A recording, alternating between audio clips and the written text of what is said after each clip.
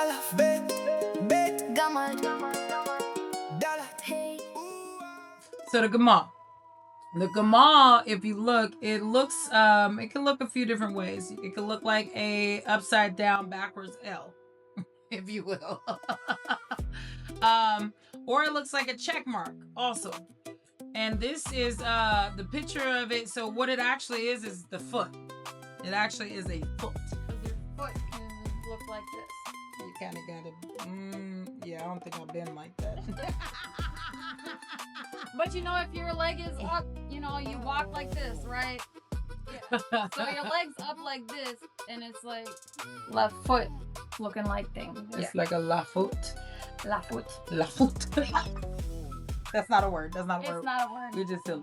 It is the Gamal. So it has the sound of the G, like a G-A, right? Or just a G, right? G. When it's at the beginning of the word, usually you're going to have that G-A, correct? And at the ending of a word, usually you're going to have just a G by itself. It represents movement. Because what are you doing? You're walking. It could mean journey, because when you go on a journey, you usually walk and you find things, and maybe you carry things. It means to carry. Giving. You might might use your feet to go give a gift to somebody, to walk, to gather. Right, because when we're assembling, usually you have to walk or use your feet to get there, right? To gather. Yeah, I mean, back then they didn't have cars, so they walked everywhere. And then it means to sustain life over distance also. Yeah. All right, and it functions as like a transfer or transport, obviously, because again, like we're talking about walking, or you're transporting a gift of sorts or things like that. Again, the movement towards purpose, right? So it could be your walk with Yahu. Endurance or provision. Also like movement between places, right? Again, it's those feet being put into action. And also to reward or consequence carried forward. So whatever you do with your feet, it could carry a consequence, or it could carry a reward, depending on what you're doing. The word that we would use for that, Ga'ar, right? Yeah. Ga'ar, which means rebuke, right? Ga'ar is spelled G-A-A-R, rebuke. That means to rebuke. So you would say Yahu Ga'ar. That means Yahu will rebuke you, right? Or Yahu Ga'ar Ata. Yahu Ga'ar Ata. That means Yahu will rebuke you. And so next up we have Dalat, which is a door. A picture of a door. It has the sound D, or it could be Da with the D-A, which represents an entrance or a pathway. Or a choice. Because sometimes you got to walk through a door, right? You got to choose which door to walk through. And I've allowed that you're actually seeking Yahu on which door to walk through. You know what I'm saying? So again, it's a choice. It's access. It's a gate, right? Or gateways, doorways, right? When we're talking about in the rook, what are your access points, right? Our ears, our eyes, right? These are access points that that Shaitan can get into. So we got to be careful what we watch, and we got to be careful what we're listening to as well. Again, like we said, a door or a container, right? So containment as well. And it functions as transition or opportunity, decision point, threshold crossing, or entry into an agreement. Because you say power, life, and the power.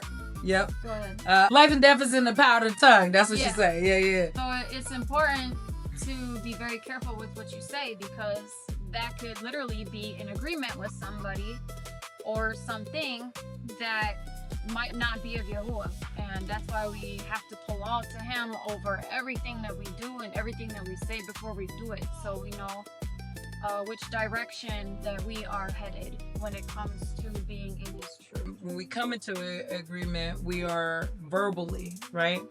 We are verbally contracting ourselves to something. A lot of things were done back in the day with verbal agreements. So you make verbal contracts constantly. When we say, man, I hate that. or I hate that, right? Or man, I'm stupid, or something like that. Like, you are making a contract. You're coming into agreement with the fact that you are stupid, or you're dumb, or, you know, or any lies or deception, word curses that somebody has spoken over you, or that you're speaking over yourself. So we definitely, I mean, we can go into renunciation about that. We definitely have to come out of agreement with the lies and the deceptions and the things that we have brought upon ourselves, as well as others have spoken on us. So it's all about renunciation and breaking those covenants and those agreements.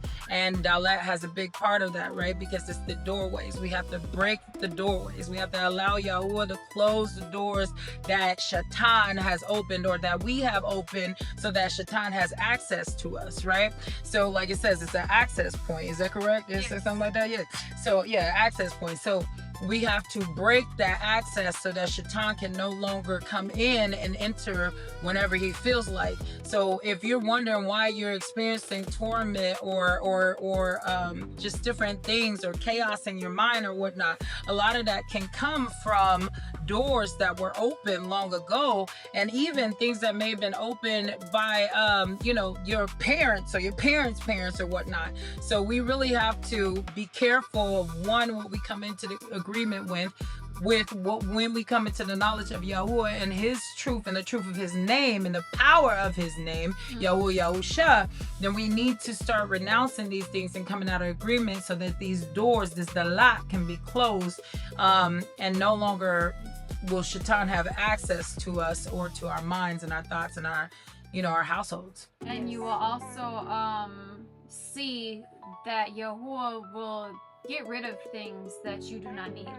Whether it is people, because the things that they say to you are literally keeping you in a place where Shaitan has you covered instead of Yahuwah. So if there's people who leave in your life, no matter who it is, Yahuwah does that for a purpose, for his will to be done, in order for you to come into his truth and to seek him more. And get healing. Yes. Because there's a lot of times we try to hold on to people that were never supposed to be there in the first place. Yeah. If we have people in our lives from before Yahuwah, right, we really have to consider, we have to really, in Paleo, right, go into deep Paleo, fasting in Paleo, and to decide whether or not if this person was sent by Yahuwah, in fact, or if they were sent by Shaitan. Because just like Yahuwah has people assigned to you, Shaitan has people assigned to you. Exactly. Right? Before you, like from the beginning, he has people that his agents, right? We know that he has ministers that appear as they are of light, right? So there's a lot of deception. So there are people who may talk the good game, sound like they on point, but they're way off, right? And the thing about it is, we can tell a tree by the fruit that it bears. What is the fruit? What is the fruit? Fruit of the root, right? Yes. Shameless plug. We got a children's song called Fruit of the Root. Check it out. But these are also doorways. So if you're holding on to something or someone that you're very close to, sometimes that's a door to close. And it can get hard. But it's something that if it's Yahuwah's will, he will do it. And just gotta put your full amunah, your full belief in him. And he will cover you and he will protect you in all that you do. And so definitely, and I mean, we didn't even mean to touch on this like this, but Barak Yahu, because he knows. And like the thing is that maybe there's somebody watching that right now that needs to, you know, renounce and come out of covenant or come out of agreement and break these things off of your life, you know, or friendships, or even words that you've spoken. Maybe there is somebody that you already got out of your life, but you still feel connected to them, or you still feel drawn to them, even though you know that Yahuwah said no. And that may be because you made word covenants with these people. Maybe because you said things like, I'll always love you, I'll always be there for you. These are all doors and access points, right? I'll always, I am, I love, right? These different declaration and proclamations that we make, we got to remember that when we speak right? Speak those things that aren't as though they were. When we speak things, we speak things into existence, right? Because so we got to be careful what we say, because we tie ourselves to things when we speak, is what she just was saying earlier. So we allow ourselves, we wind up coming into agreement with things, and now we got these soul ties. Even if we never slept with somebody, you got these soul ties, these verbal contracts with these people, and you can't figure out why you keep on letting them back in to hurt, destroy you, you know, all these different things that they're bringing upon your life. And that could be because you made a verbal contract or covenant with that person long ago, and you need Yahu to give you back your words. You need to renounce the words that you have spoken and come out of agreement with them in the name of Yahu, and allow him to heal, restore, and cover you, and deliver you. Amen. All right. Well, I think that's we'll just stop there for now, because I think that's a good stopping place. Again, if you got any questions, put it down in the comments. We would love to hear from you. We would love to, if there's any plows that you may need to, I don't know, maybe something is heavy on you and you just need somebody to plow with you, or you have questions, or you have concerns, or you don't fully understand certain things, feel free to comment. That's what we're here for. We're here to do the work of Yahu and to follow his will and his purpose above all else. And no, we're not trying to, be nobody's pastor or nothing weird like that. So throw that in the trash. Right. But to the women that are on here listening, or to men that just need some kind of advice or whatnot in a brief, whatever, we can help you or lead you to the right place to get the help that you need. So, but be encouraged. And we all began somewhere. A year ago, we were just barely learning this. A year ago, you can go look back at my videos a year ago. I didn't even have half of the knowledge of these words as I do now. But again, Yahu said he will restore a pure language onto his people.